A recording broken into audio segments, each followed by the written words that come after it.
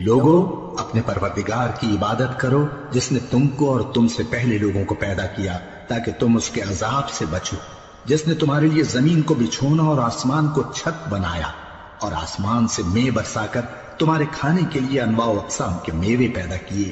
بس کسی کو اللہ کا ہمسر نہ بناؤ، اور تم جانتے تو ہو۔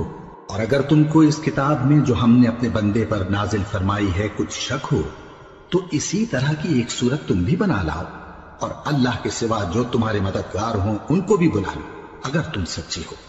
پھر اگر ایسا نہ کر سکو اور ہرگز نہیں کر سکو گے تو اس آگ سے ڈرو جس کا ایندھن آدمی اور پتھر ہوں گے اور جو کافروں کے لیے تیار کی گئی ہے۔ اور جو لوگ ایمان لائے اور نیک عمل کرتے رہے ان کو خوشخبری سنا دو کہ ان کے لیے نعمت کے باغ ہیں جن کے نیچے نہریں بہہ رہی ہیں۔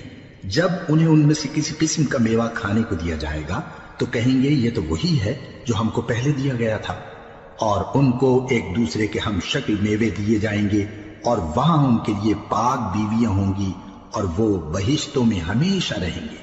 اللہ اس بات سے آر نہیں کرتا کہ مچھر یا اس سے بڑھ کر کسی چیز مثلا مکھی، مکڑی وغیرہ کی مثال بیان فرمائے۔ اب جو مومن ہیں وہ یقین کرتے ہیں کہ وہ ان کے پروردگار کی طرف سے سچ ہے، اور جو کافر ہیں وہ کہتے ہیں کہ اس مثال سے اللہ کی مراد ہی کیا ہے۔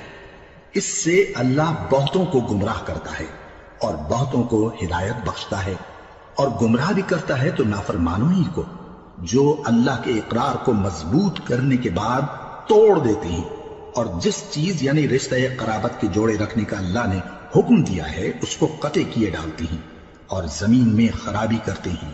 یہی لوگ نقصان اٹھانے والے ہیں۔ کافروں، تم اللہ سے کیوں کر منکر ہو سکتے ہو؟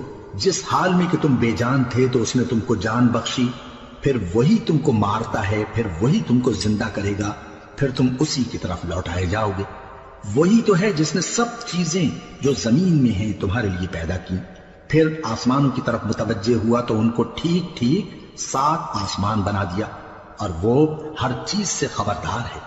اور وہ وقت یاد کرنے کے قابل ہے جب تمہارے پروردگار نے فرشتوں سے فرمایا کہ میں زمین میں اپنا نائب بنانے والا ہوں۔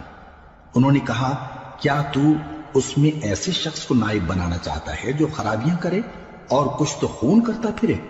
اور ہم تیری تعریف کے ساتھ تسبیح و تقدیس کرتے رہتے ہیں۔ فرمایا میں وہ باتیں جانتا ہوں جو تم نہیں جانتے۔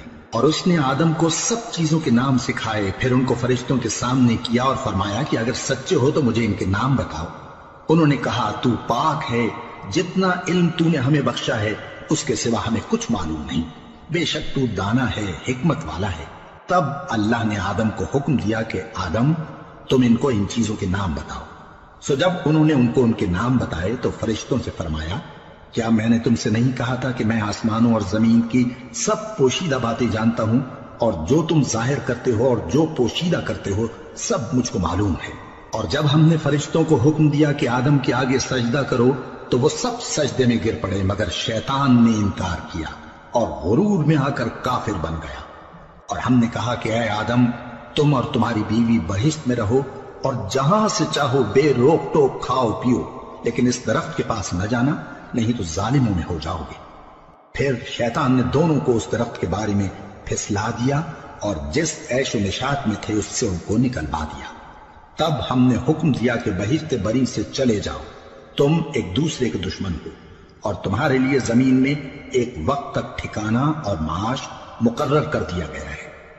پھر آدم نے اپنے پروردگار سے کچھ کلمات سیکھے اور معافی مانگی تو اس نے ان کا قصور معاف کر دیا۔ بے شک وہ معاف کرنے والا ہے، بڑا مہربان ہے۔